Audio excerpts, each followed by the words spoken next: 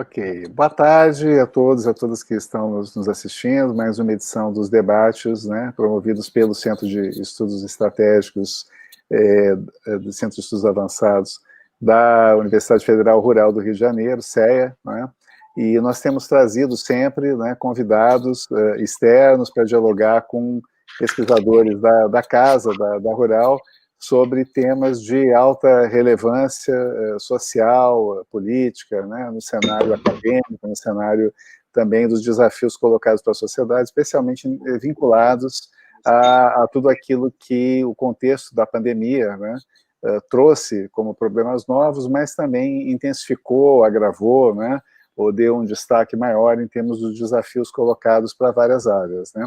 E o tema de hoje é o tema da educação inclusiva, né? Nós temos um núcleo muito importante trabalhando dentro da Universidade Rural, que é liderado pela professora Márcia Pletic, né, que coordena o nosso núcleo de acessibilidade e inclusão, é professora do Instituto Multidisciplinar, Departamento de Educação e Sociedade, e por sugestão da Márcia, né, nós temos hoje duas convidadas, né, a professora Flávia Faisal, que já conhecia, que eu sei que é uma parceira de muito tempo de vários projetos da Márcia, né, e a professora Enicéia, que é a nossa palestrante da UFSCar, que foi indicada pela Márcia como uma referência importante no tratamento do tema no cenário nacional, e que gentilmente aceitou o nosso convite, né.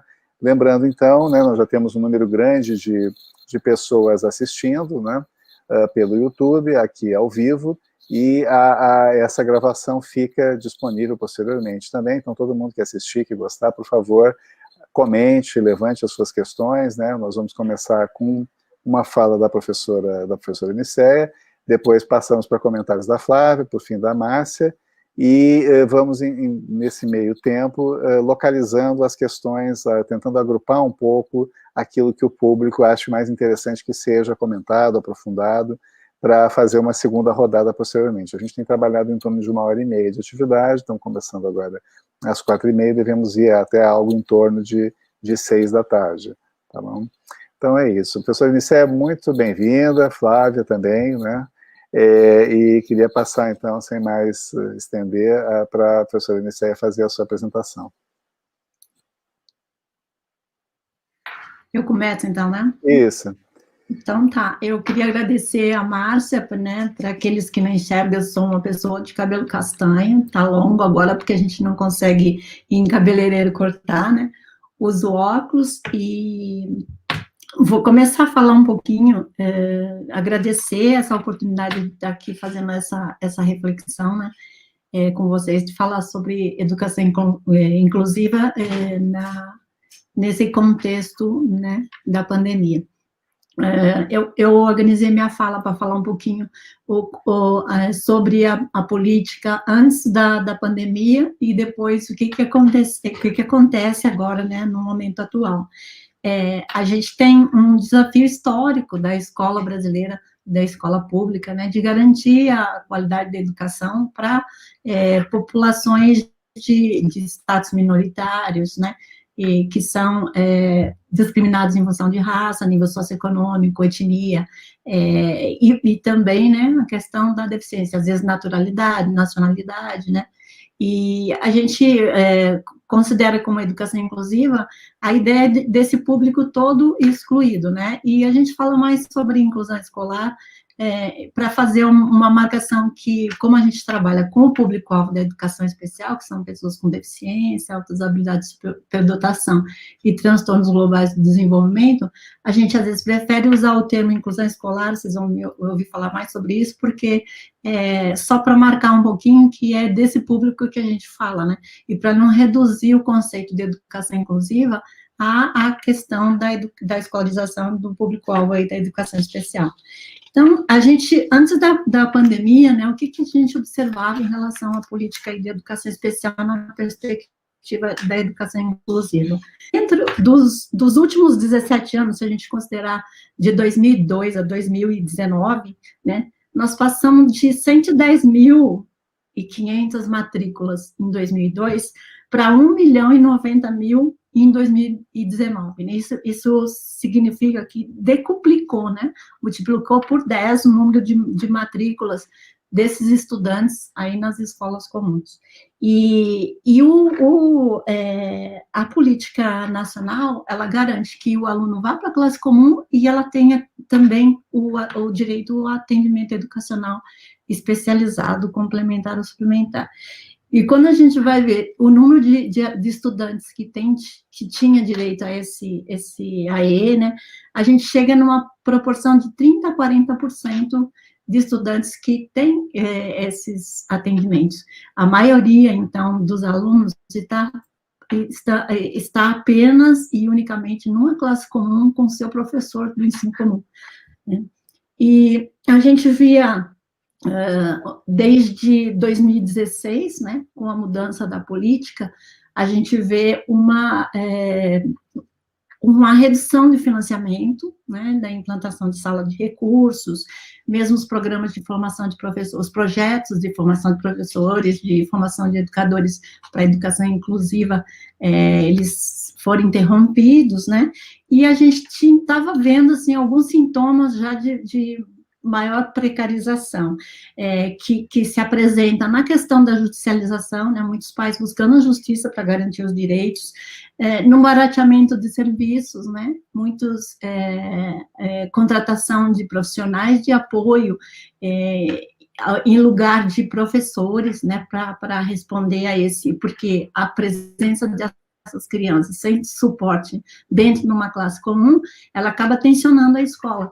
E uma das soluções mais baratas encontradas é colocar esses agentes educacionais, mediadores, facilitadores, profissionais de apoio, cuidadores, né? Os nomes são os mais variados, estagiários, né? E uma outra tendência é na terceirização do AE, né? Como a política ela permite que o AE seja ofertado em instituições especializadas, então, quando não se abre mais salas de recursos nas escolas públicas, você acaba transferindo, então, essa responsabilidade e terceirizando o AE, né? Então, isso já vinha acontecendo. E a gente tem um problema que a qualidade do ensino não é ruim, não é, né? Nossa escola, a qualidade do ensino, ela é ruim, né? E não é só apenas para o público-alvo, né? Mas para todos. E a partir de 2016, essas questões elas acabam se agudizando, né? A gente vai ver um silêncio, uma omissão em relação, uma impressão de que não há política, mas sempre há uma política, né? E a gente vê, assim, um anúncio de afastamento dos princípios filosóficos e das diretrizes de inclusão escolar, né? Uma ideia de que vão se flexibilizar as possibilidades de outras possibilidades de escolarização, né? Uma desregulamentação, porque a gente não tem mais notas técnicas, a gente não tem documento, né? Se diz que aquele documento da política, ele não vale mais, mas não apareceu nada de novo, nenhuma diretriz política, né, em relação à política de educação especial. E também hoje a gente vive, por conta do que a política de inclusão escolar mais efetiva aconteceu no governo do PT, com o discurso aí anti-PT, e a gente vê uma politização também da própria política de inclusão, né? E um debate entre os reformistas, os que querem mudar, né? E aqueles que resistem na mudança em função dessa crise, né? Aí a pandemia, ela chega nesse contexto, que já era complicado, né? Então, ela vai obrigar o isolamento social, o fechamento repentino das escolas, e aí você vai ver várias narrativas, né? O que acontece, então, com a educação, né? Das crianças, de modo geral, né? Uma ideia que isso não pode ser interrompida, a educação, para evitar perdas cognitivas, né? Uma ideia de que os professores precisam trabalhar até para justificar os salários que estão recebendo, né?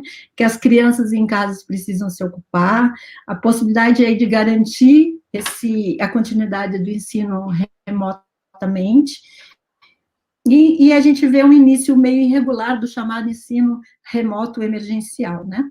Que aparece, então, como uma solução temporária para manter as atividades, usando aí como principal ferramenta a internet.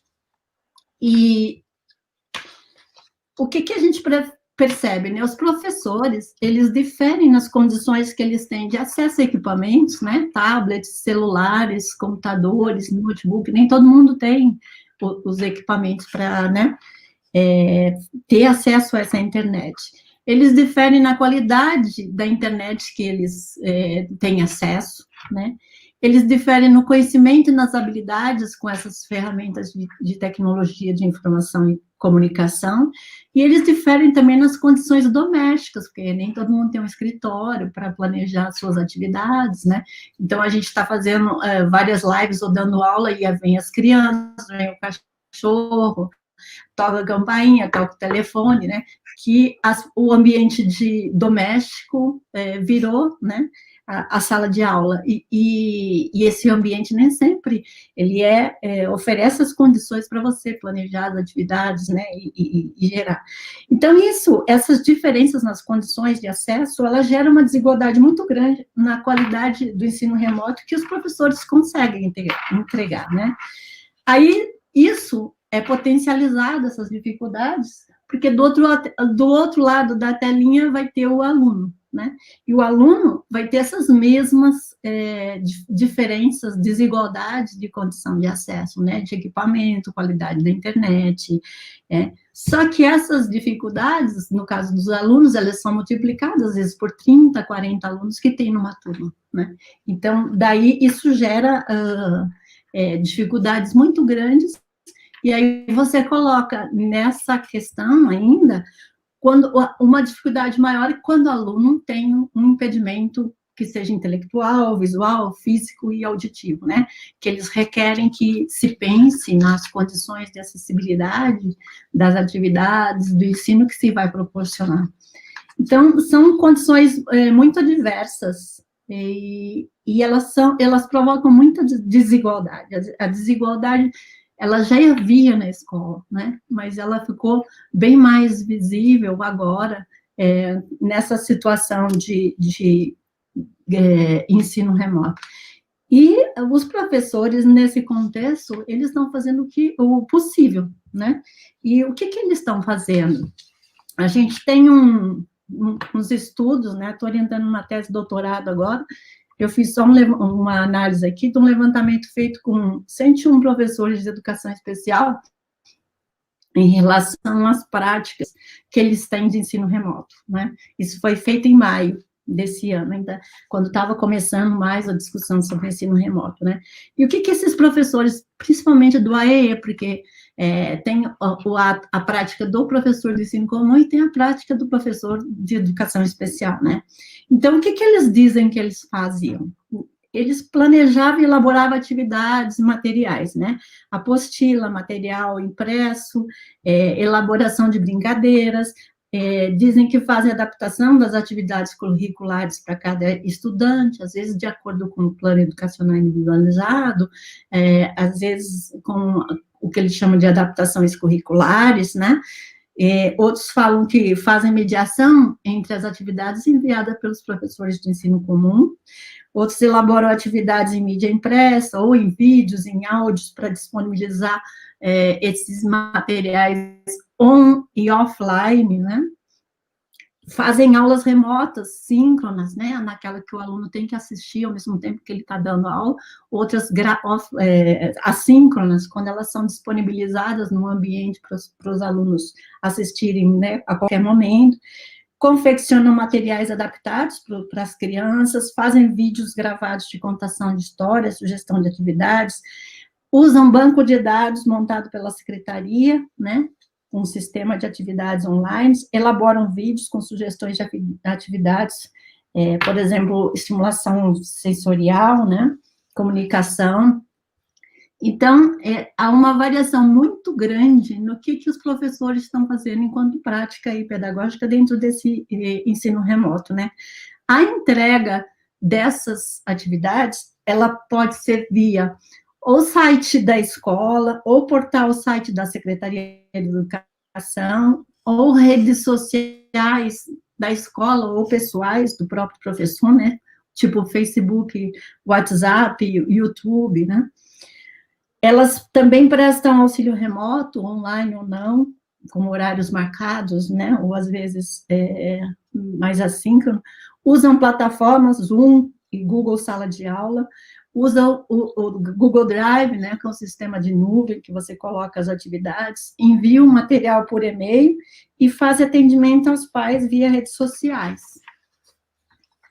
E aí, quem não tem acesso ao material impresso? Então, naquele momento, vários professores diziam que estavam sendo estudadas formas de entregar essas atividades, né? Outros estavam entregando na escola no momento que os pais vinham buscar a cesta básica, outros ofereciam apoio por telefone, secretarias que disponibilizavam motorista da educação para levar em casa o material, uma vez por semana, ou os pais ou responsáveis tiravam pessoalmente o material, ou fazia envio pelo correio, né?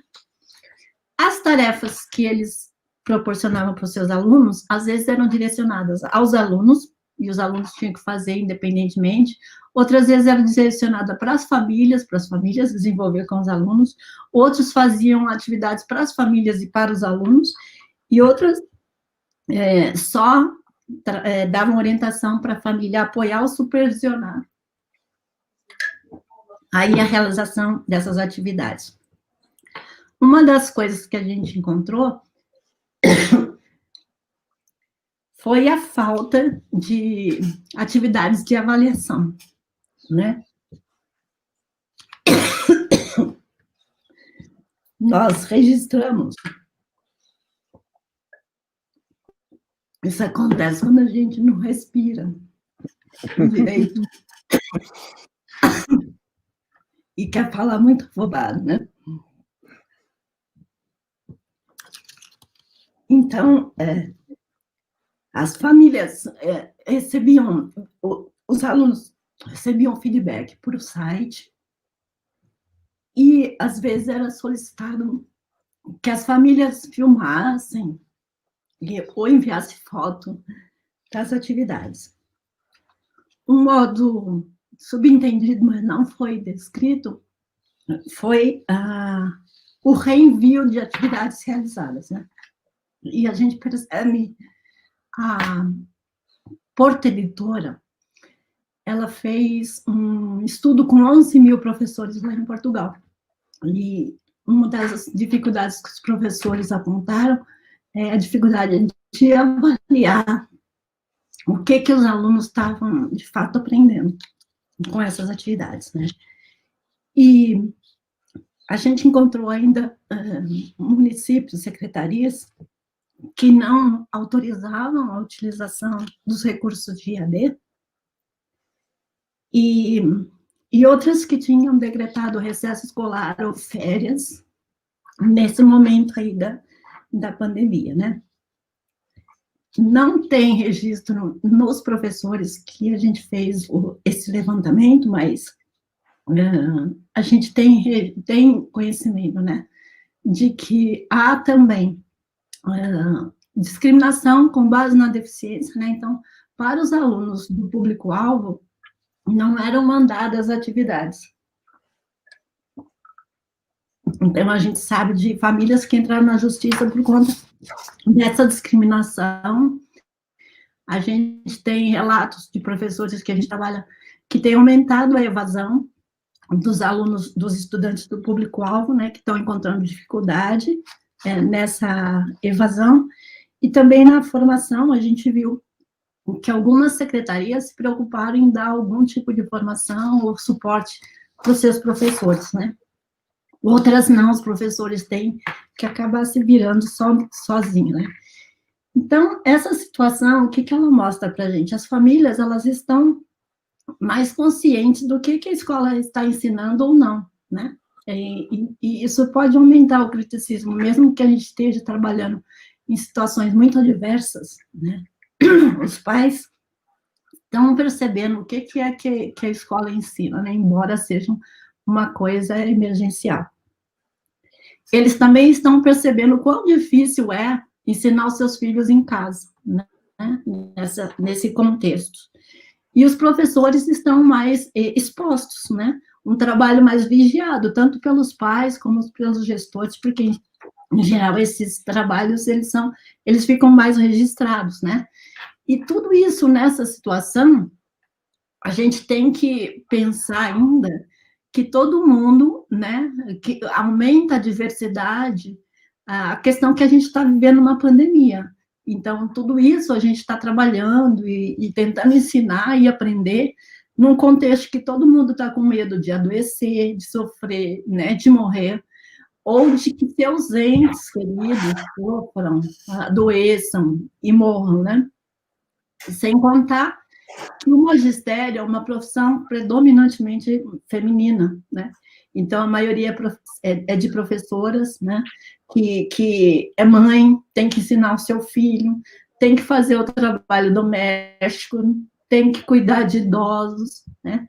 E, então, isso tudo oferece para a gente um contexto muito diverso, tanto para alunos com ou sem deficiência, né? E é um contexto que exige muita calma, eu acho, muita compreensão, muita colaboração, cautela, quanto a fazer julgamentos em relação a como está esse trabalho, né? A gente pode exigir mais, eu acho que é difícil, né? Dentro das condições que são oferecidas para esses professores, o que a gente tem que pensar? A maioria do público-alvo da educação especial é de alunos que têm dificuldades mais leves, que são restritas aí ao domínio acadêmico, dificuldades de alfabetização, dificuldade de conteúdo básico, né? Eles não são alunos que precisam de metodologias, materiais, atividades super rebuscadas ou especialistas, né? Então, uma sugestão nessa hora é que o professor de educação especial trabalhe muito junto, em colaboração com o professor do ensino comum, em cima das atividades do currículo, né, e dos objetivos que tem para aqueles alunos. E dentro das atividades que são dadas para alunos comuns, né, e não pensar que você precisa fazer um negócio totalmente adaptado, diferente, porque o aluno tem uma deficiência, né? A não ser que seja uma deficiência sensorial, mas a maioria dos alunos, eles conseguem acompanhar se as atividades elas forem planejadas, né, pensando ele. Um segundo ponto, não discriminar, né, não deixar invisível os alunos do público-alvo, porque isso, inclusive, é ilegal e imoral, né, fazer essa discriminação com base na deficiência. E pensar nos princípios, assim, de como você proporcionar atividades dentro da perspectiva do desenho universal da aprendizagem, né?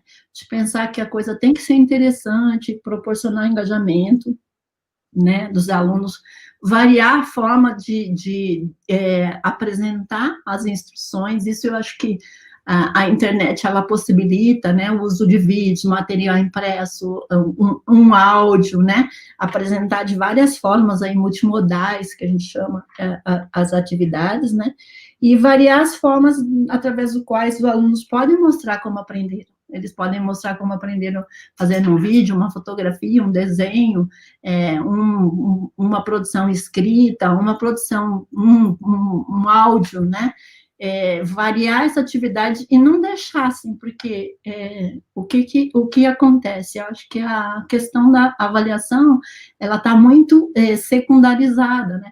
E não tem aprendizagem, não tem ensino, se você não tem aprendizagem. Para ter aprendizagem, você tem que fazer avaliação, né?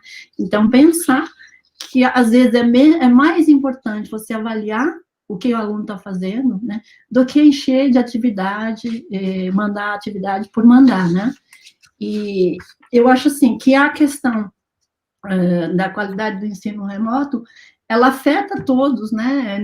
Eu não vejo, assim, dentro da perspectiva, eu acho só um pouquinho mais agravada do ponto de vista dos alunos do público-alvo da educação especial, né? Mas se a gente melhorar a qualidade do ensino para todos, né, isso já resolve 80% do que os alunos do público-alvo precisam, se a gente tiver uma versão de um bom ensino, né? E os professores, dentro desse contexto, eles vão fazer o que podem. A gente tem, no começo da pandemia, tem uma orientanda de doutorado, que os professores muito desesperados sobre o que fazer, e ela montou um grupo no Telegram, né? e para colocar esses professores em redes, e hoje já tem 650 professores, quem tiver interesse, no site é Mariana Lopes Moraes, e o grupo do Telegram é Educação Especial Online, e lá tem uma série de professores que se dão sugestões, e eles fazem oficinas, né, sobre o uso de ferramentas, e estão se ajudando. Então, a colaboração, hoje o que a gente tem que fazer é como colaborar com esses professores para melhorar as práticas deles e reduzir a ansiedade, o controle, as cobranças, porque a situação é muito adversa para todos. Nós somos professores e a gente está sentindo isso também, né? Então, é isso que eu queria mais passar hoje para vocês. Muitíssimo obrigado por essa apresentação inicial, né? A gente vai voltar a você depois para conversar, né? Eu queria pedir agora para a professora Flávia Faisal fazer os seus comentários, né? Dialogar aí com a exposição da NCE.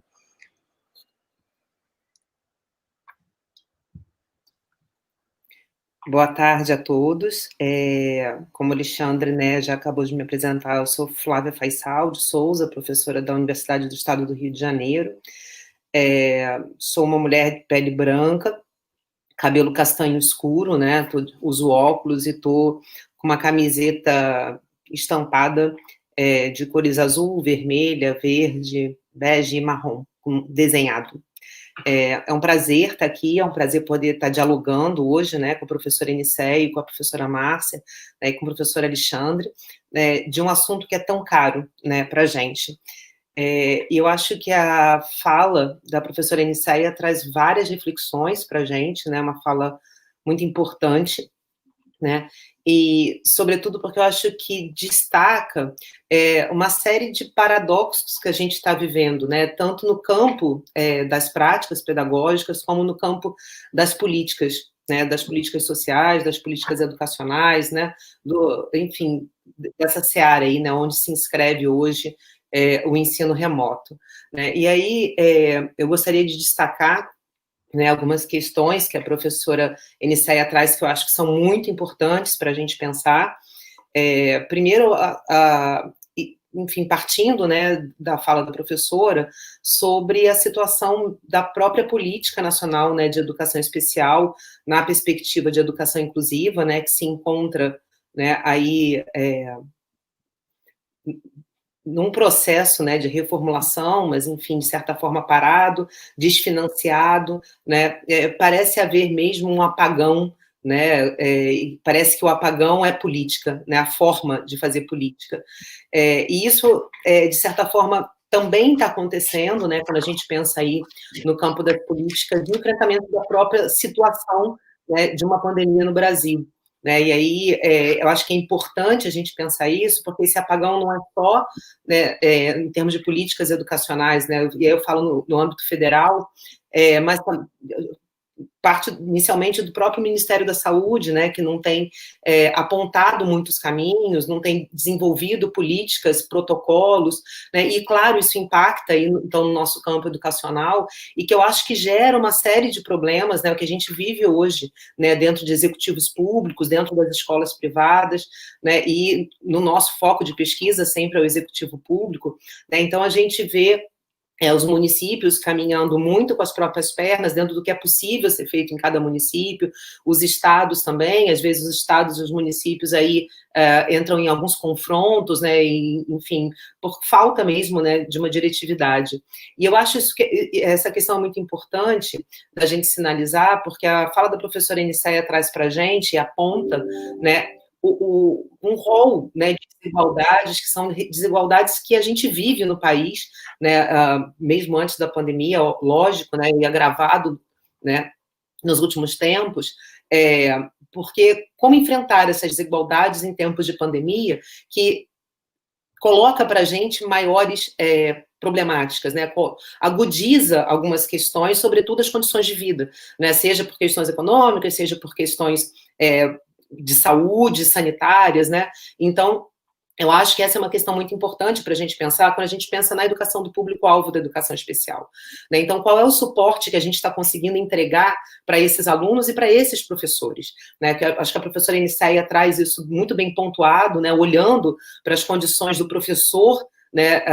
Poder trabalhar, né? Poder desenvolver o seu trabalho pedagógico, propor atividades, né, e até mesmo como ele articula, quais são as condições de articulação com a família, né? Aqui também, na região do Rio de Janeiro, né, a gente trabalha muito próximo aos municípios do entorno do Rio, né, e também alguns municípios do estado, e a gente vê exatamente isso, assim, sobretudo com os alunos público-alvo, né, da educação especial, existe um trabalho muito direto, né, dos professores com as famílias, né? Então, as famílias, elas, de certa forma, estão aí fazendo um trabalho de mediação com o aluno, né? Como a professora Eniceia muito bem apontou, é muito interessante porque parece que, nesse momento, as famílias estão se dando conta mesmo, né, do que o aluno aprende, quais são as dificuldades, né, e como é o trabalho docente, né? Não à toa a gente vem vendo tantos comentários e tantos memes, né, nas redes sociais em relação a isso, né? Então, eu acho que são questões bastante importantes, né, que a professora Eniceia levantou para a gente,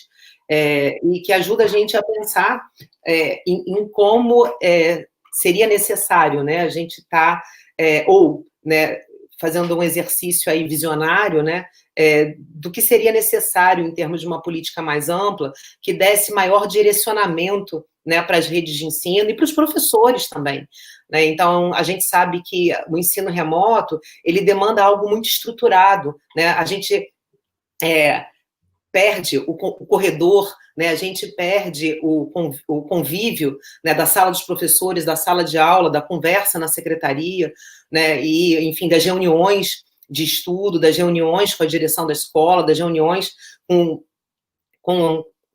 os níveis, né, de gestão das redes de ensino, né? Então, como faz falta a gente ter uma diretividade maior, né?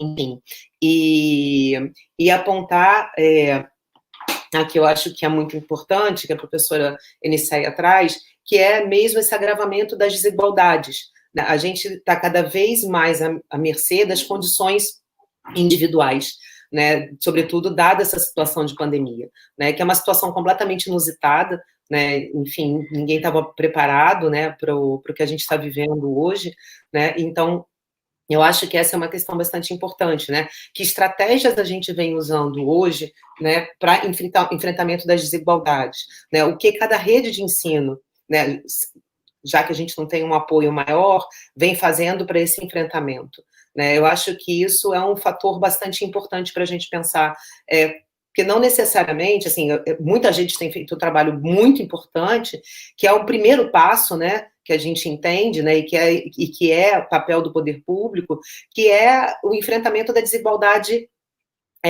da inclusão digital, né, como é chamado esse movimento de verificar internet, verificar dispositivos, né, técnicos semióticos, o que as famílias dispõem, o que é possível acessar na casa das famílias, seja dos alunos, né, seja dos docentes, né? Então, esse é um primeiro passo, né? Também a disponibilização de materiais pedagógicos, né? Então, a gente vem vendo uma série de, como a professora Eniceia comentou, uma série de prefeituras, por exemplo, que vem disponibilizando chamadas cartilhas ou chamados livros, né, de acompanhamento ou um material didático de suporte, né, para todos os alunos, né? E aí o que eu queria destacar é que no nosso entorno aqui no estado do Rio de Janeiro, a gente tem vivido exatamente poucas prefeituras tem dado conta ou tem conseguido elaborar materiais específicos para os alunos com deficiência, né? O que a gente tem ouvido, né, tanto nas pesquisas de campo que a gente vem desenvolvendo,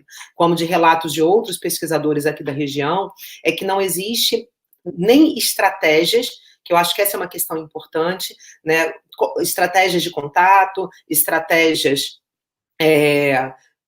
digitais mesmo, aí no campo né, da acessibilidade digital, não estão tomando, né, conhecimento né, nem existe muito, né, enfim, acesso para esses professores e para esses alunos em relação às atividades e às estratégias de contato com esses alunos e com essas famílias, né? Então, eu acho que esses são pontos importantes, né, e questões importantes que a professora Nicéia traz e que faz a gente pensar bastante, né, na peculiaridade desse momento, né, que a gente está tendo que aprender a se relacionar de uma forma diferente, né, mudando práticas culturais, mudando as nossas práticas pedagógicas, né, a gente está tendo que se reinventar enquanto professores, né, reinventar o que é a educação que a gente conhecia até esse momento, né, quebrar, de certa forma, com alguns preconceitos, né, que a gente tinha em relação ao próprio ensino remoto, a educação à distância, né, visto que parece que, apesar de todas as dificuldades, né, e o apontamento que a gente tem hoje da ampliação das desigualdades, até pela condição de vida da maioria do povo brasileiro, mas me parece que o hoje é o mais próximo que a gente tem, né, enquanto estratégia, ao menos de aproximação, né? Então, eu acho que essa é uma questão importante para a gente pensar. É claro que, enfim, a gente pode pensar nas diferenças dos níveis, das modalidades da educação, como difere a questão do acesso, né, e o que o ensino remoto viabiliza ou não, né, ele não é uma estratégia que a gente até conheça totalmente, né, ainda, e que seja igual para todos, né, e eu acho que essa é uma outra questão, né, pensar no ensino remoto nas suas especificidades, nas suas especialidades, né, então, eu acho que é isso, né, e a gente fica aqui ainda para conversar um pouco mais depois, e agradeço muito a fala da professora Nicéia, né, todas as reflexões e questionamentos que trouxe para a gente. Obrigada.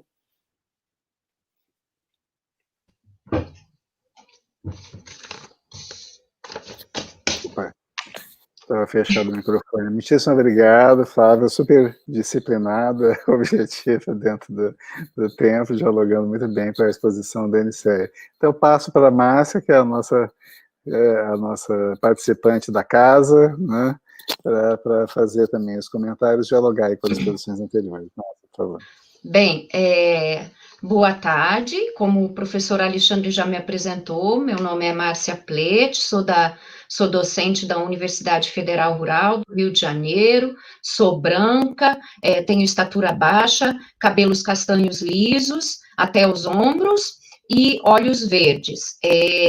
Estou vestindo uma blusa verde e um lenço em tons de verde e azul. E estou falando aqui do escritório da minha casa, aos fundos tem uma estante, e na lateral também com muitos livros. Bem, feita a minha descrição, eu quero iniciar, então, agradecendo o convite do professor Alexandre, do professor Sérgio Leite, professor Pedro Russac, professor Alexandre, nosso pró-reitor de pesquisa, e os outros 2 professores coordenadores do nosso Centro de Estudos Avançados, e agradecer muitíssimo o aceite do convite da professora Nicéia, né, uma pesquisadora bastante reconhecida no nosso país, na área da educação especial, com vasta produção, e que tem tido contribuições muito importantes nos diferentes campos da educação especial, né, desde a formação de professores até as práticas pedagógicas,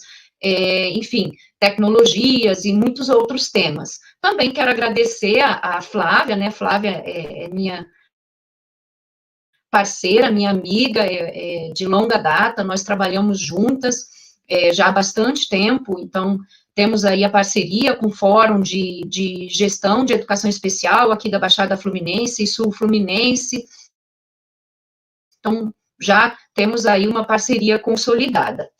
Sobre as falas, tanto da professora Nicéia quanto da professora Flávia, eu tentei organizar alguns pontos que me parecem centrais nesse momento, e que muitos deles a gente já, como a professora Nicéia bem lembrou, a gente já vivenciava antes da pandemia, né? Os processos de exclusão e de desigualdades sociais, de falta de acessibilidade, vários outros a gente já vivenciava antes, e que vinham se acentuando desde 2016, e agora isso se ampliou, se potencializou com a chegada da pandemia. E aqui eu destaco um dos pontos que, para mim, é crucial nesse momento, tanto para a educação básica, mas também para a educação superior e para a própria pesquisa na área, né?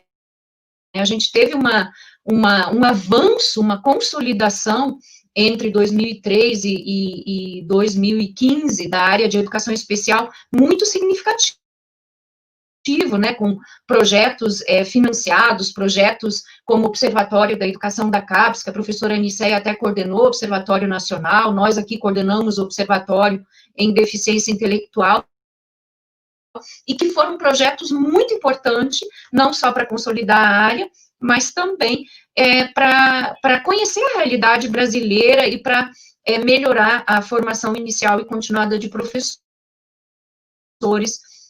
na área da educação especial, numa perspectiva inclusiva. Então, um dos pontos centrais, para mim, é o financiamento. E o financiamento, ele, não só na ciência, como eu já mencionei, mas também na descontinuidade de inúmeros programas para a educação básica e no ensino superior, nas federais, para mim, assim, muito sério, porque a gente teve o fim do programa Incluir, né, agora os recursos vêm pelo programa PNAES, de assistência estudantil, com uma série de limitações para a gente gerir a inclusão e acessibilidade desses estudantes na universidade. E uma outra questão é a falta de recursos humanos, né, a gente não consegue mais hoje, os cargos foram extintos no ano passado pelo governo federal, então vários cargos como intérprete de Libras e outros que são necessários para garantir o direito à participação, aprendizagem, desenvolvimento de estudantes com, sobretudo com deficiências sensoriais, na educação superior a gente hoje não tem mais esses cargos, não tem como contratar efetivamente, e também é muito difícil por licitação. Então, as universidades tiveram, digamos assim, que dar um jeito para atender as demandas dessa parcela da população. E na educação básica, então, nem se fala o impacto do fim de inúmeros programas, né? Eu acho que a professora Nicéia já falou muito bem. Um outro ponto que a professora Nicéia coloca, e que para mim é central, e ele, eu costumo dizer que eu pesquisei a vida toda a educação básica, o ensino fundamental, e agora estou na coordenação do núcleo de acessibilidade e inclusão da universidade, os problemas são muito, muito parecidos, que é a acessibilidade curricular, né, das práticas pedagógicas docentes. E eu acho que a ideia do DUA, do desenho universal na aprendizagem, que a professora traz, com a possibilidade de oferecer de diferentes maneiras, digamos assim, o mesmo conteúdo, é uma das possibilidades, especialmente se considerarmos o que a professora Nicéia colocou, que a grande maioria dos nossos estudantes tem, digamos, pequenas dificuldades, né? A gente não pode comparar, por exemplo, a dificuldade de uma pessoa com síndrome de Down e com autismo, com uma pessoa com deficiência múltipla não oralizada, né? Eu acho que essa é uma diferenciação muito importante que a gente precisa colocar e que impacta também nas ações de acessibilidade, seja digital para o ensino remoto ou nas estratégias pedagógicas.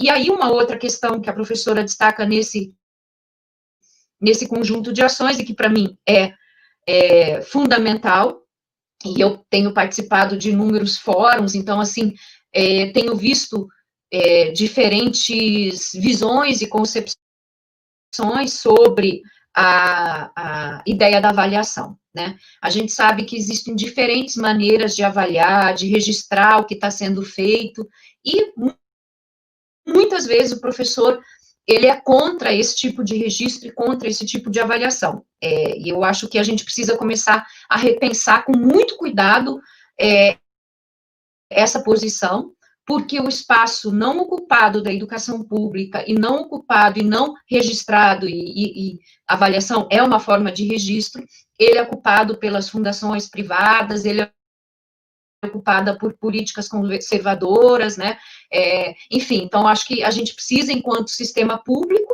tanto educação básica quanto universidade, pensar nessa questão, né, acho que na universidade a gente conseguiu avançar, depois de vários meses aí de debate e discussões, né, nós estamos iniciando as aulas, a maioria das universidades retomou o ensino, o que não se aplica para os municípios, né, o ensino online. Muitos municípios não tiveram uma proposta estruturada, e isso tem a ver com o que a professora Flávia nos colocou, que para mim é uma falta de uma diretriz política oficial do próprio Ministério da Educação, né? Parece que o Ministério, que esse não é um problema do Ministério da Educação. Em nenhum momento o ministro veio a público para encaminhar, para ser o líder junto aos estados e aos municípios para gerir esse processo. Então, o que a gente vê é um conjunto de iniciativas, cada um meio que fazendo do jeito que dá, sem nenhuma política oficial, seja de um protocolo, né, de segurança para retomar, ou um protocolo para garantir a acessibilidade e também o acesso digital, né, que eu entendo que precisam ser lidas dentro do campo dos direitos humanos, né. Eu pego aí o que a professora Isabel Maior nos coloca, que a acessibilidade ela precisa ser compreendida no campo dos direitos humanos. E acesso à internet, na minha análise também, né? O Brasil, eu já disse isso em várias outras lives, ele é um dos países com a telefonia mais cara e a internet mais cara do mundo. Então, isso precisa, num momento como esse, de pandemia e de crise mundial da educação, e no caso brasileiro, uma crise não só na educação, mas também na economia, com mais de 50% da população em idade de trabalho, fazendo atividades no trabalho informal, deveria-se ter uma iniciativa do governo federal para garantir o acesso e acessibilidade para todas as pessoas, negociando com essas empresas, né? Eu acho que isso, a gente vai pagar um preço bem alto por isso, e isso vai impactar, como ambas as professoras já falaram, no aumento das desigualdades, sejam elas sociais ou educacionais, né? Eu acho que a professora Flávia nos traz muito bem essa falta de uma política pública. E um outro ponto que também não foi tocado aqui, não foi discutido, mas me parece que precisa ser enfrentado pela educação pública em geral, é a diferença das questões, das demandas, dos desafios e dos suportes e das redes de apoio da educação básica, dos diferentes níveis da educação básica, para o ensino superior, né? Porque esse sujeito com deficiência que chega no ensino superior, ele já viveu toda uma trajetória educacional, então ele já chega para a universidade sabendo quais são as suas dificuldades e que tipo de estratégia o beneficia.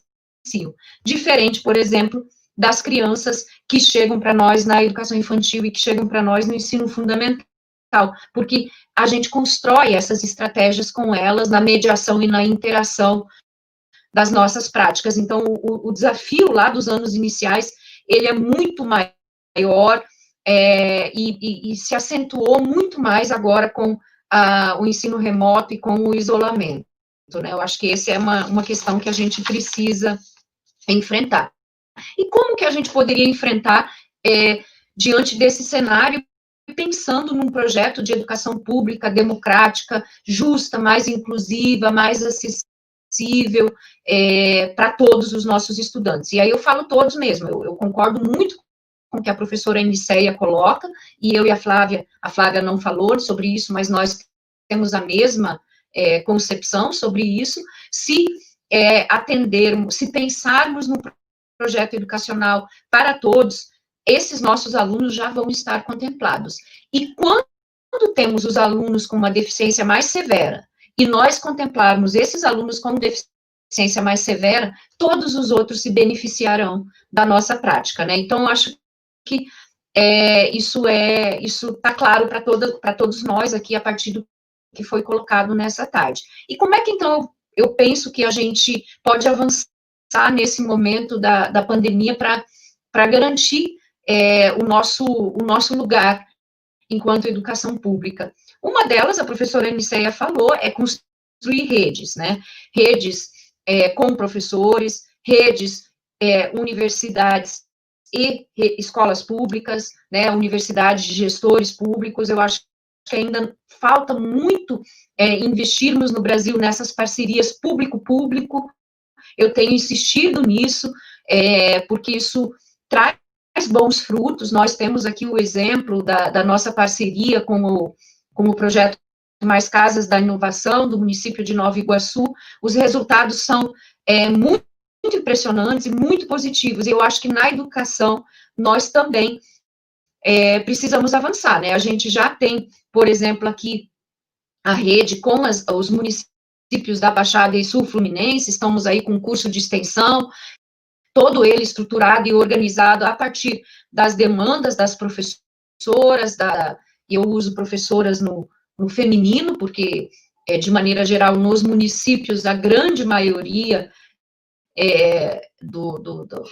de quem atua no magistério é do gênero feminino, e eu acho que nesse nosso curso, que tem 120 professoras, eu não lembro de ter visto nenhum homem, né? Então, assim, mas não quero excluí-los também, tá? Por favor. Eu acho que essa é uma possibilidade para a gente avançar. A gente já na ciência já tem clareza que a gente só vai avançar com redes, com parcerias, e a gente fez isso muito bem, né, com financiamento público, e eu acho que agora também para encontrar caminhos e possibilidades, porque o problema, ele é de todos nós, né, eu acho assim que esse momento ele é muito duro, e todos nós vivemos, de alguma maneira, os impactos dessa pandemia, né, em maior ou menor grau, no nosso fazer educacional, na nossa prática docente, e também os nossos alunos, e o caminho pensarmos, já que não temos uma política organizada,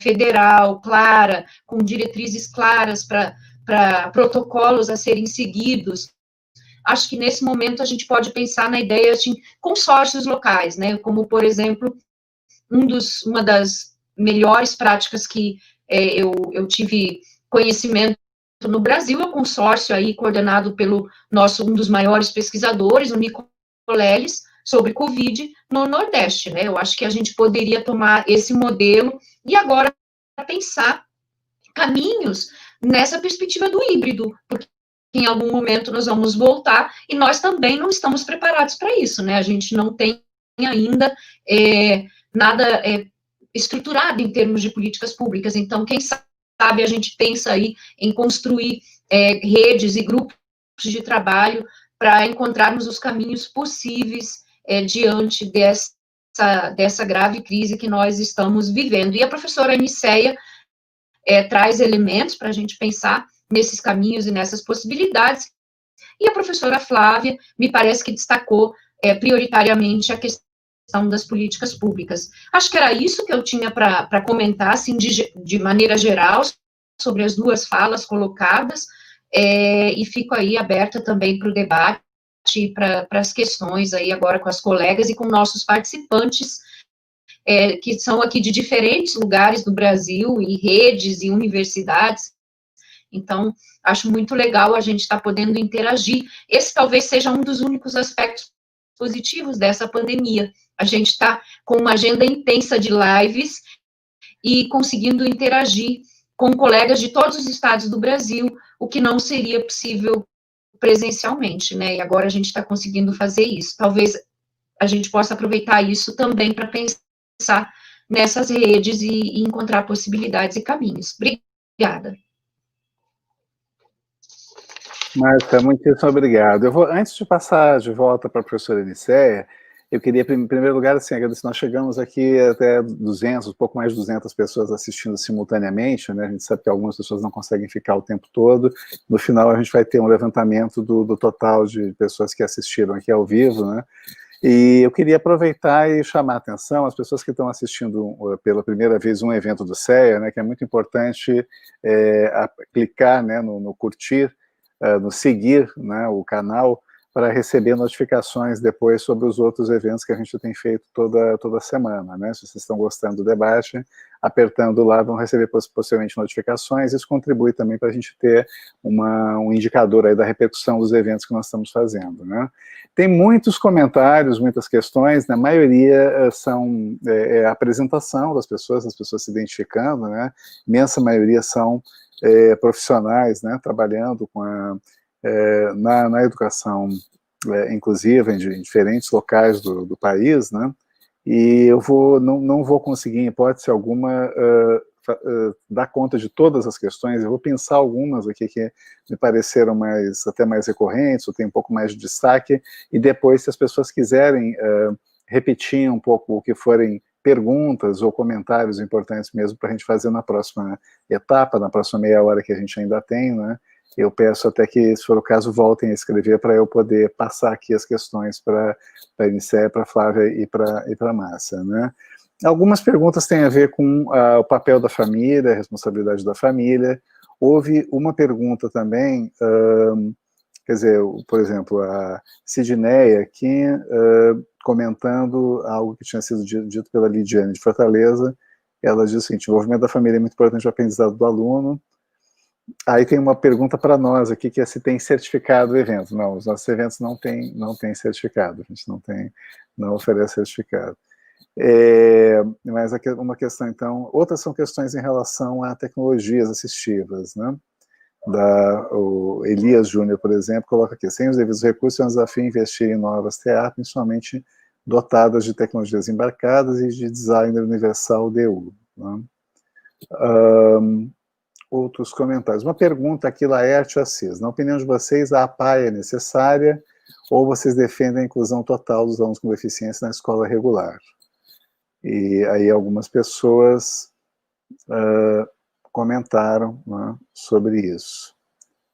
Deixa eu ver o que mais. Muitos parabéns pelas falas, pela organização do evento, né?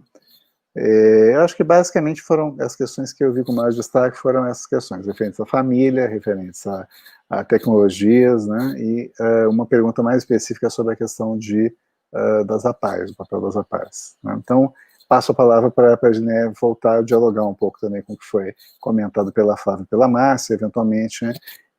Tem mais uma questão que acabou de entrar aqui, do Anderson. Gostaria de saber como realizar uma atividade para o aluno surdo, com a interação do conteúdo do sistema nervoso, como seria a mediação no mundo virtual. A Lila Dantas comenta: uma barreira que temos encontrado é a continuidade do envolvimento das famílias, desenvolvimento e retorno das atividades. Vocês teriam algo a sugerir sobre como superá-la? Quer dizer, mais uma questão referente à questão familiar, né? Então é isso. Depois a gente pode tentar passar mais algumas. Inicia, por favor. Entrando, né? Eu começo vou começar pelas perguntas, então.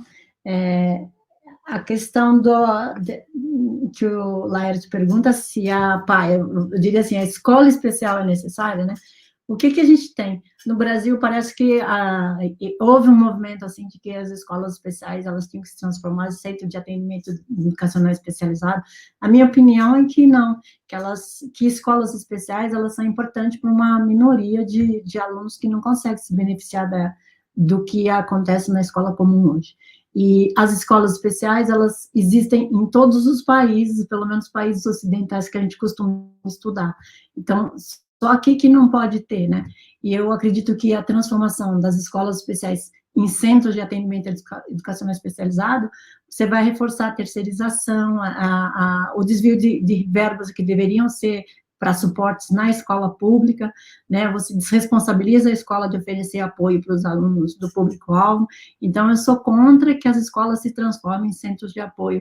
E acredito que, dentro de um contínuo de serviços, ainda cabe a escola especial. A escola especial, hoje, ela não concentra 20% 10% das matrículas, né? Entre 10% e 15% das matrículas. Não significa uma ameaça a um sistema uma política de inclusão, né? Eu acho que a política, ela tem que direcionar para o princípio da inclusão, porque a maioria pode e deve estudar na escola comum, mas eu não sou a favor da inclusão total, e tenho até publicações sobre isso, né? A questão do surdo é muito difícil você falar, porque tem surdo que é alfabetizado, tem surdo que é usuário de Libras, tem surdo que não é usuário de Libras, então não tem, assim, uma receita de como que você pode adequar um material, né? Vai depender aí das habilidades que tem esse surdo, né? De qualquer forma, hoje o texto digital, ele é uma grande revolução em termos de acessibilidade, né? Porque o texto impresso, em mídia impressa, assim, em papel, ele é pouco acessível, mas no texto digital você pode ampliar, mudar o contraste, colocar um leitor de tela. Então, ele oferece muito mais possibilidades para... Né? E você tem sempre o recurso de usar mídias visuais, né? Recursos visuais para fazer atividade.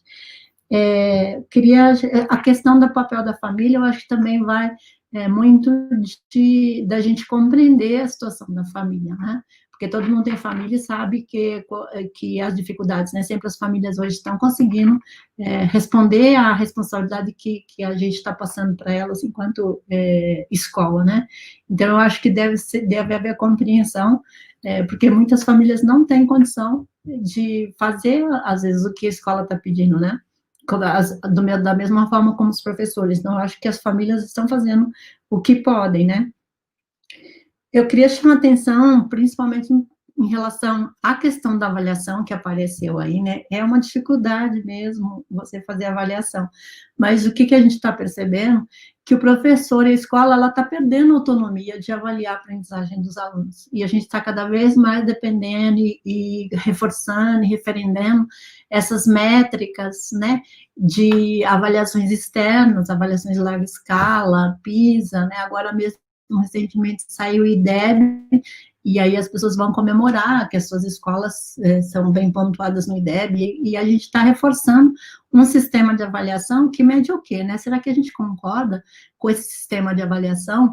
Então, é muito importante investir na avaliação somativa, nessa avaliação contínua que a escola tem que fazer, né?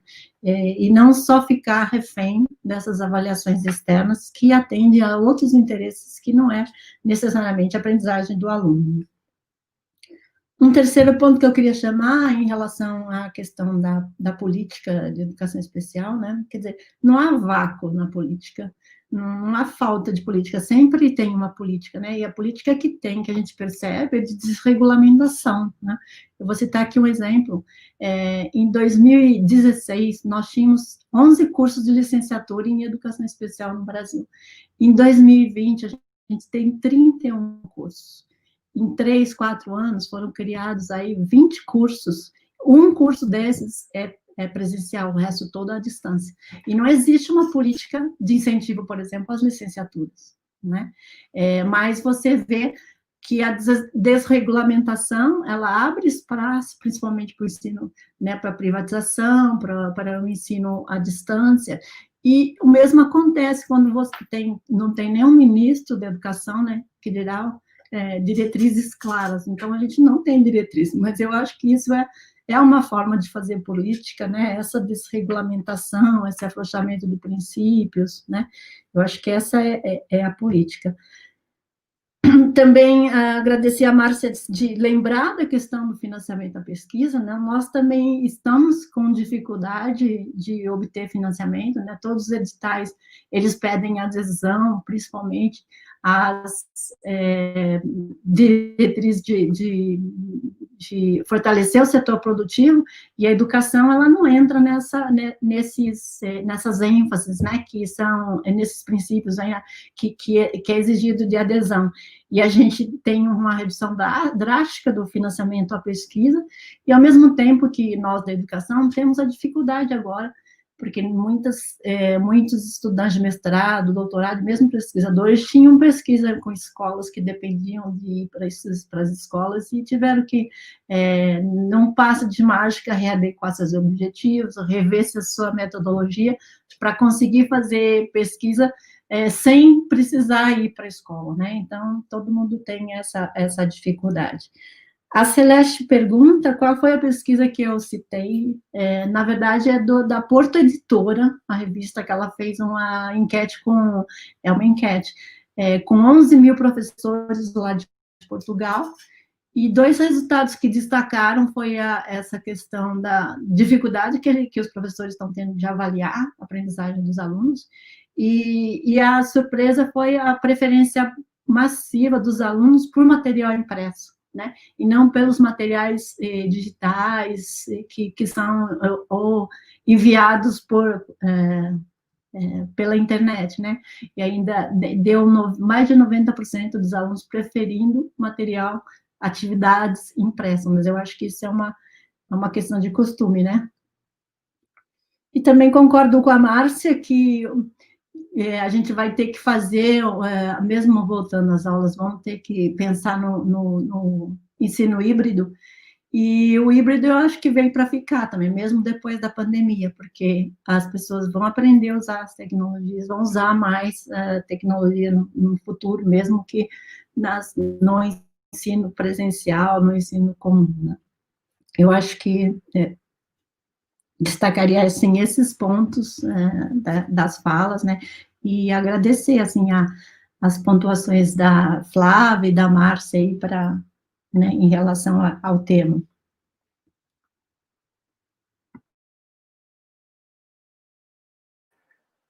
Muito obrigado, Anice. A gente pode fazer mais a gente tem um tempinho ainda, né? Pode ter comentários da Flávia e da Márcia novamente. Eu só vamos comentar aqui algumas das questões que estão sendo colocadas pelo público, né?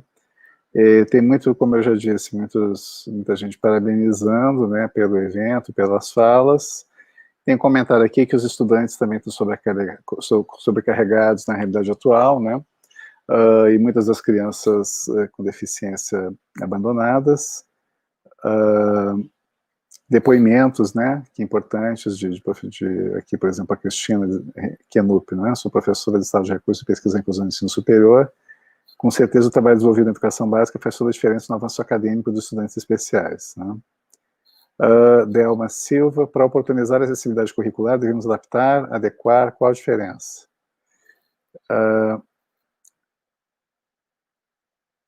A Carla Mitch Kelly, também penso que ainda se faz necessária a escola especial e que não coloca em risco a educação inclusiva.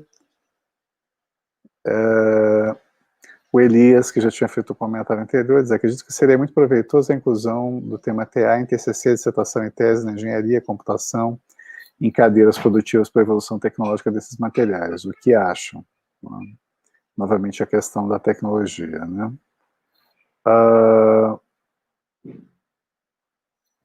A Isabela, eu acho que está comentando aqui essa questão da preferência pelo material impresso, né, dizendo isso pode ser devido a vários fatores, tem alguns que nem sabem o que é um texto digital, esse acesso não é algo comum a todos envolvidos no processo escolar, né? E a pergunta se podemos dizer que as crianças gostam do que conhecem, né? Então, eu passo novamente então para a Flávia, né, para a gente concluir então uma segunda rodada, Flávia, depois Márcia, e aí a gente pode caminhar para o encerramento. Flávia?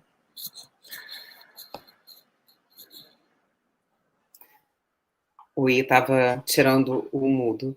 Eu acho que, encerrando, tem uma questão que eu acho que é importante, né, das que a gente levantou aqui, eu gostaria de ressaltar, que é essa relação mesmo que a gente estabelece de forma mais estreita agora, em tempos de pandemia, né, de ensino remoto, com as famílias, né. Eu vi vários comentários aqui sobre estratégias, sobre essa aproximação, né, que eu acho que, dentre os paradoxos, né, enfim, que se apontam nesse momento, e que eu acho que a gente só vai conseguir avaliar mesmo, né, o que está acontecendo com o afastamento histórico, né, a gente hoje vive e reflete, e vem refletindo muito, mas num imediatismo muito grande, né, de tentar aí pensar sobre, né, os fenômenos que estão se apontando, né, as situações que estão acontecendo e que a gente muitas vezes, mesmo na universidade, a gente precisa, né, dar respostas ou ajudar, né, enfim, dar um suporte mais rapidamente, né, tanto aí no ensino superior como na educação básica. Mas eu acho que essa questão da família merece realmente atenção para a gente nesse momento, né, porque eu acho que, embora sim, né, eu vi um comentário, né, muitas professoras relatam, né, a dificuldade de contato com as famílias, o não retorno, né, e outras não, outras vêm tendo mais proximidade, né, e eu acho que isso, enfim, pode ser circunstancial devido, né, enfim, a toda a complexidade do momento que a gente está vivendo, não só por conta, né, de adoecimento, mas por conta de uma crise econômica, né, por conta da necessidade do trabalho, enfim, nada é tão novo nesse momento, mas muitas das características da sociedade brasileira se agudizam nesse momento, né? Sobretudo aí no que a gente aponta no campo das desigualdades, né? Então, acho que essa é uma questão importante, né? E aí eu acho que sim, né, a gente, enquanto educação, enquanto escola, né, a gente precisa traçar estratégias, né? Então, enfim, ao mesmo tempo a gente não tem esse contato, a possibilidade do contato pessoal, né? Então, o que a gente vem vendo, está vendo, né, acontecer, enfim, o uso mesmo das redes sociais, né, o uso, muitos docentes relatando, né, o uso de WhatsApp, ligação, telefonema, né, enfim, nessa tentativa de proximidade, até porque, sobretudo pensando, né, nos alunos público-alvo da educação especial, a grande maioria, a família precisa dar um suporte, precisa dar um apoio, né, nesse momento, sobretudo no desenvolvimento das atividades, no retorno das atividades, sobretudo quando as crianças são quando os alunos, né, são crianças mais novas, né? Então, eu acho que criar estratégias, inclusive, de uma forma mais ampla, né, ou pensando em escola, pensando em rede, né, de uma forma, não necessariamente a rede pública, mas pensando em construção de redes, pensando enquanto estratégia política, é muito importante, né, o fortalecimento das famílias, o acolhimento das famílias, eu acho que é uma chave importante nesse processo agora de desenvolvimento do ensino remoto emergencial. Então, acho que essa questão precisa ser cuidada pelas redes, né? Acho que muda, nesse momento, o tipo de contato e o lugar da família no processo de ensino-aprendizagem dos alunos, sobretudo dos alunos com deficiência, né, dos alunos público-alvo da educação especial, né? Então, acho que isso a gente precisa cuidar com carinho, né? Cuidar com bastante cuidado.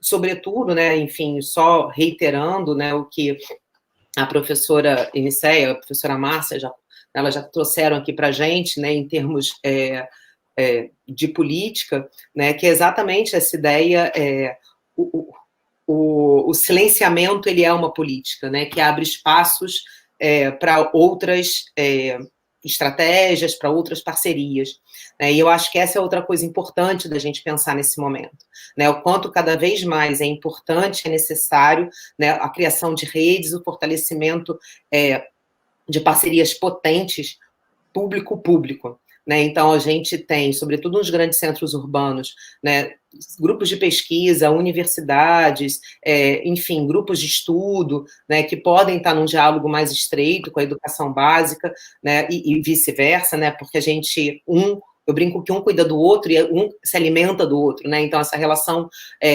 universidade e educação básica, ela é potente para todos os lados, né? Então, ela redimensiona o nosso fazer o tempo inteiro na universidade. Então, acho que esse suporte é muito importante nesse momento, né? Então, eu acho que nesse momento que a gente vive, né, um silenciamento muito grande, e que é muito danoso, né, como a professora Eniceia e a professora Márcia já apontaram, né, que não viabilizam algumas ações que seriam muito mais potentes se a gente tivesse articulado enquanto entes federativos, né, o que não estamos, né, até mesmo como previsto, né, no corpo legislativo brasileiro, né? Então, é muito importante que a gente, enquanto parceria público-público, a gente saiba se procurar e saiba estar junto, né? Márcia citou, né, o curso que a gente está desenvolvendo agora, coordenando, né, com 10 redes municipais aqui do Rio de Janeiro, do estado do Rio de Janeiro, né, e como é bom estar junto nesse momento, né, nesse momento de isolamento. Eu acho que essa é uma reflexão importante. A gente está isolado fisicamente, mas a gente, mais do que nunca, precisa estar junto para enfrentar as desigualdades, precisa estar junto para ter um ombro amigo lado a lado, mesmo que seja, né, pelo computador, né? Eu ontem falava sobre isso, né, e sempre tenho comentado que o ensino remoto, ele só tem o espaço virtual e o espaço, né, e um equipamento técnico-semiótico entre a gente. Mas quem está do outro lado da tela é uma pessoa, é um sujeito, tem um outro do outro lado. Né? E eu acho que essa é uma questão muito importante, sobretudo no momento que se desenhou no nosso país, que parece que rede social não tem o outro. Então, eu falo o que eu quero, eu escuto o que eu quero. Né? Então, pensar que tem um outro do teu lado, que esse outro está do teu lado, né? Para te apoiar, para estar junto contigo, para te dar suporte nas atividades. Né? Então, a criação de rede, mais do que nunca, ela é necessária. Até mesmo para a gente desenvolver o nosso trabalho. Né? Então, acho que, pensando nos paradoxos, nas contradições, né, que a situação da pandemia desenha para a gente, coloca para a gente, mesmo a gente sem ter tempo para pensar, né, porque a gente vai fazendo, né, dada a emergência do momento, pensar que eu falo, né, grandes reflexões, né, reflexões mais demoradas, é importante a gente saber disso, né, e contar com parceria o tempo inteiro nesse momento. Né? Então, me coloco aqui ainda à disposição para a gente trocar, para a gente conversar, e agradeço a oportunidade de estar aqui junto conversando hoje. Muito obrigado, Flávio.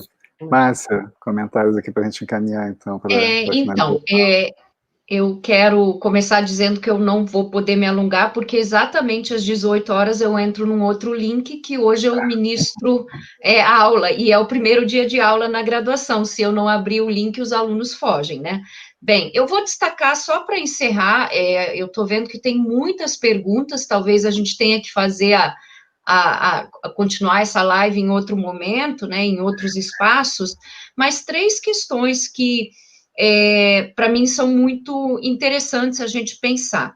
O primeiro é a permanência do ensino híbrido, né, e a aprendizagem das tecnologias. Eu acho que isso é um caminho, de fato, sem volta, e muitas pessoas com alguma deficiência vão se beneficiar, né?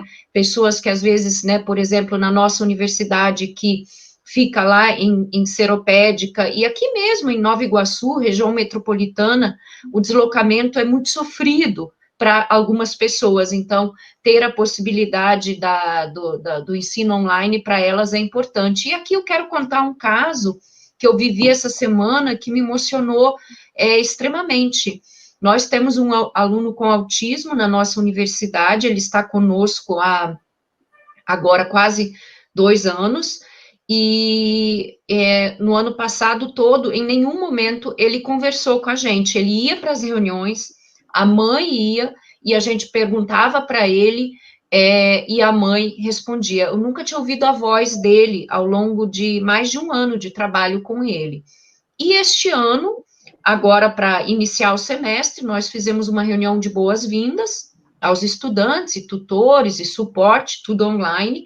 Éramos cerca de 40, 50 pessoas na sala online do Zoom, e esse estudante estava presente. E eu disse, como sempre fiz, me dirigi a ele, eu disse, fulano, e você? Vai fazer quantas disciplinas? E pela primeira vez esse estudante olhou para a tela e contou, e eu vi a voz dele pela primeira vez em quase 2 anos. Então, assim, eu acho que a gente precisa pensar nessa questão da tecnologia, da sua usabilidade, do seu design, da sua acessibilidade, e também como uma potência, não só analisar os aspectos negativos, porque essa história que eu acabei de contar, de fato, me mexeu muito comigo, porque, assim, a gente fez de tudo para esse garoto conversar com a gente, e nunca nenhum professor tinha ouvido a voz dele. Os professores sempre se dirigiam a mim para saber alguma coisa dele, né? Eu era meio que o intermediário. E agora, com o online, ele está conseguindo se colocar, né? E a outra questão que apareceu aí em vários momentos, e que a gente não vai conseguir fechar o debate aqui, mas é a questão da acessibilidade curricular, né, articulada ao desenho universal da aprendizagem, né, a acessibilidade e seus diferentes conceitos, eles estão previstos na Lei Brasileira de Inclusão, e como eu já falei, eu os leio e os interpreto e os aplico no campo dos direitos humanos, porque sem a acessibilidade a gente está negando o direito dessa população, né, seja linguístico, seja acessibilidade física, e também acessibilidade metodológica, né, assim, no início, década de 80, 90, 2000, poucos anos, a gente falava muito da ideia de adaptar, né, a gente tem superado isso na literatura, porque quando a gente fala na ideia do adaptar o currículo, a gente ainda está focando um aluno padrão, normal, e aí como se o outro fosse sempre o aluno não padrão, o anormal, e a ideia de acessibilidade, pensando a diferença, ela traz outros elementos para a gente discutir um currículo para todos, né? Eu acho que isso é um tema para um outro debate, mas já deixa aqui uma reflexão. A Eniceia tem publicações, orientou aí a tese da Serbato, né? A professora Geisa Bock também fez uma tese nesse campo do DUA. Nós temos aqui trabalhado, eu e Flávia, nós fizemos a pesquisa do livro digital acessível na perspectiva do DUA para o ensino fundamental 1, então a gente já tem um conjunto de produções que ajudam a gente a refletir nessa perspectiva que eu estou colocando, né? E, por fim, quero agradecer mais uma vez o nosso pró-reitor, professor Alexandre Fortes, e os coordenadores do CEA, né, professor Sérgio Leite e professor Pedro Sacchi, pelo convite, e agradecer ao Francisco, nosso residente, pelo suporte tecnológico, né, que ele está nos bastidores, cuidando de tudo, né, a gente não pode esquecê-lo. Então, muito obrigada, e também meu agradecimento pela parceria aí com a professora Eniceia e Flávia, e todos os nossos participantes, né, que eu nem dei conta de ler tudo no chat, de tanta gente participando dessa live. Então, muito obrigada mesmo. Bom, nós chegamos realmente em vários momentos aqui a mais de 200 pessoas simultaneamente, né? No total deve ter sido um número bem maior, a gente logo vai descobrir quando encerrar, e tenho certeza que muita gente vai assistir depois, né? Queria então agradecer mais uma vez, né, a professora Eniceia pela disponibilidade de estar participando aqui com a gente, a Flávia, né, que já é uma parceira de longa data, a Márcia também, que a gente sabe que tem embora seja da casa, tem uma agenda bastante difícil, é uma pessoa muito demandada e que está sempre fazendo muita coisa, né?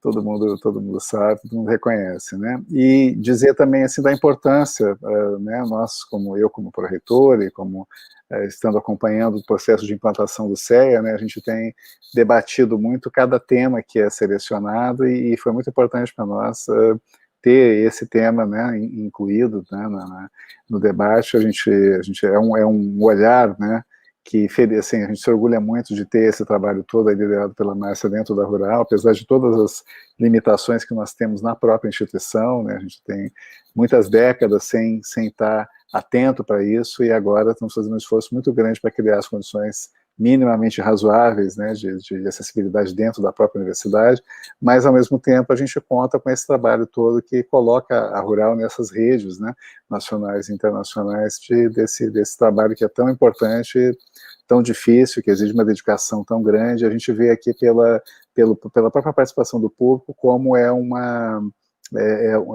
universo, né, de profissionais, de ativistas, de pessoas que são muito engajadas e que se dedicam assim com né, um fervor muito grande, né? Acho que é só com isso que a gente consegue enfrentar tantas dificuldades e ter um progresso nessa questão tão importante que aí queria reforçar muito o que a Márcia disse, né, que a gente tem que considerar acima de tudo como uma questão de direitos humanos, né, e portanto não é uma questão que envolva apenas uma parcela da sociedade, é uma questão que a sociedade toda tem que estar engajada, defendendo, e ficamos felizes do CEA também estar podendo abrir esse espaço aqui para dar uma colaboração, né.